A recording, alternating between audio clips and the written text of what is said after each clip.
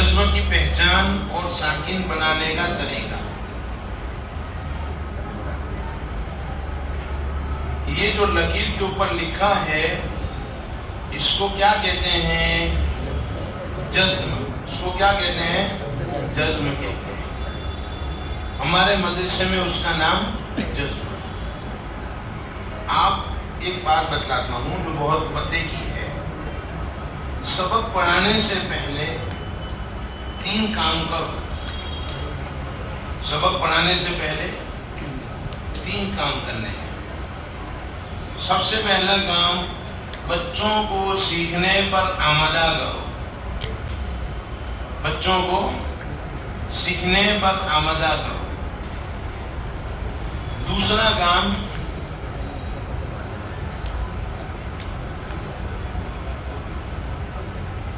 حوصلہ افزائی کرو. اور تیسرا کام، سبق کا فائدہ بتاؤ.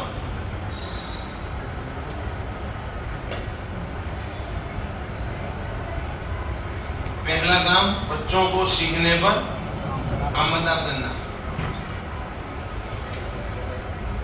اس کے دوسرے لفظوں میں کہتے ہیں قوت ارادی کو متحرک کرنا. مدرسوں میں مشکل کتاب ہوتی ہے تو کمزور بچوں کو کہتے ہیں تسبیح پڑھ. مطلب تیرے کام کا نہیں ہے. پہلے سے ہی اس کو کیا کر دیا؟ توڑ دیا. سیکھنے پر آمادہ کرنا چاہیے تھا، اس کے بجائے اس کو توڑ دیا. اچھا تسبیح پڑھنا ہے تو ہم موبائل دیکھیں گے، تم پڑھاؤ، ہم ادھر کچھ دوسرا کام کرتے ہیں. سمجھ میں آئے؟ ایک ساتھی تھا، وہ جب بھی شرح تہذیب کا سبق شروع ہوتا تھا یا شرح عقائد کا تو کرکٹ کھیلتا تھا. کیسے؟ صفحہ کھولے، نمبر 6 نکلے تو چھکا، 4 نکلے تو چوکا، 2 نکلے تو 2 رن. ایسے کر کے پاکستان کا اسکور لکھتا تھا. اور 0 نکلے تو آؤٹ. پاکستان جیتتی کہ انڈیا جیتتی. اور پورے گھنٹے میں پھر وہ کہے آج پاکستان جیتی، آج انڈیا جیتی. کیوں؟ اس لیے کہ استاد نے کہا تسبیح پڑھو. کہ اچھا ٹھیک ہے تسبیح پڑھتے ہیں. انہوں نے پاکستان انڈیا کی تسبیح پڑھی. ایسا نہیں. حوصلہ افزائی، قوت ارادی کو متحرک کرنا، سیکھنے پر آمادہ کرنا، حوصلہ افزائی کرنا، سبق کا فائدہ بتانا. اور یہ حدیث سے ثابت ہے، آپ صلی اللہ علیہ وسلم کا فعل ہے. اب یہ کون سی حدیث ہے؟ بخاری شریف کی آخری حدیث. بخاری شریف میں آخری حدیث کون سی ہے؟ کلمتان حبیبتان الی الرحمن. 2 کلمے ہیں رحمان کو پیارے ہیں. جب نبی کریم صلی اللہ تعالی علیہ وسلم نے فرمایا تو صحابہ آمادہ ہو گئے، سیکھنے کے لیے تیار ہو گئے کہ اچھا ایسے کون سے 2 کلمے ہیں جو رحمان کو پیارے ہیں. دیکھو سیکھنے پر آمادہ کر دیا. پھر حوصلہ افزائی کی. بہت آسان، خفیفتان علی اللسان، مشکل نہیں ہے، بہت آسان ہے. اور سبق کا فائدہ بتایا. ثقیلتان فی المیزان، میزان کی ترازو میں بہت بھاری ہے. آپ بھی یہ 3 کام کرو گے، کون سیکھے گا؟ کھڑے ہو جاؤ. قوت ارادی کو متحرک کر دیا. کلمتان حبیبتان الی الرحمن پر عمل ہوا. بہت آسان. جیسے حرکات کا بیان آسان ہے، تنوین کا بیان آسان ہے، ایسے جزم کا بیان بھی بہت آسان ہے. خفیفتان علی اللسان. اور پھر آپ نے کہا کہ جس نے سیکھ لیا قرآن پڑھنا اس کے لیے آسان ہو گیا. ثقیلتان فی المیزان پر عمل ہوا.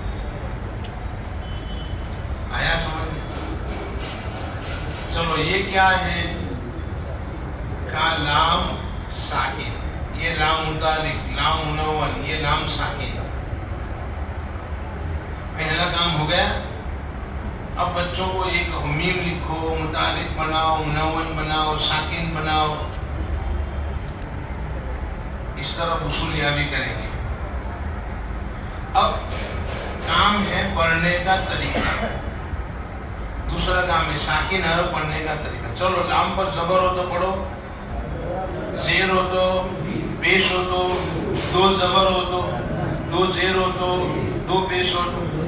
اب ہم سیکھیں گے آج جزم ہو تو کیسے پڑھیں گے. ساکن حرف کو تنہا نہیں پڑھا جاتا، آگے کسی متحرک حرف کے ساتھ ملا کر پڑھا جاتا ہے. پڑھو، زیر لگا کے، پیش لگا کے. چلو میں لام کے ساتھ با لگا دیتا ہوں. اب پڑھو، اب پڑھو.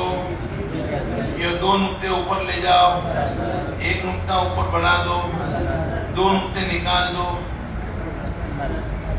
اب میں نیچے سے دو نقطے مٹا دیتا ہوں اور اوپر ایک نقطہ بڑھا دیتا ہوں. پڑھو، ایک نقطہ اور بڑھا دیتا ہوں اور اوپر پیش لگا دیتا ہوں.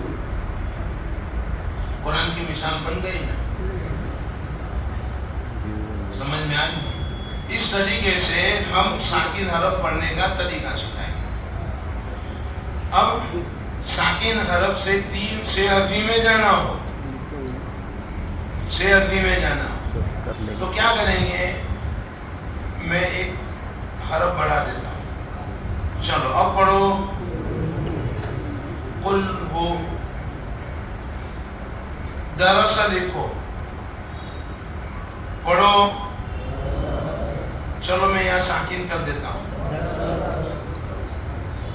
سمجھ میں آ جائے. اب آخر کو ساکن کر کے پڑھو. درس، بلغ، ودع، کسب. اس طریقے سے آخر کو ساکن کر کے پڑھائیں. جزم کی تمام صورتوں کی مشق.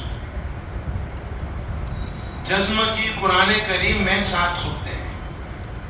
جزم کی کتنی صورتیں ہیں قرآن کریم میں؟ 7 صورتیں ہیں. مثال کے طور پر میں یہاں بتلاتا ہوں آپ کو.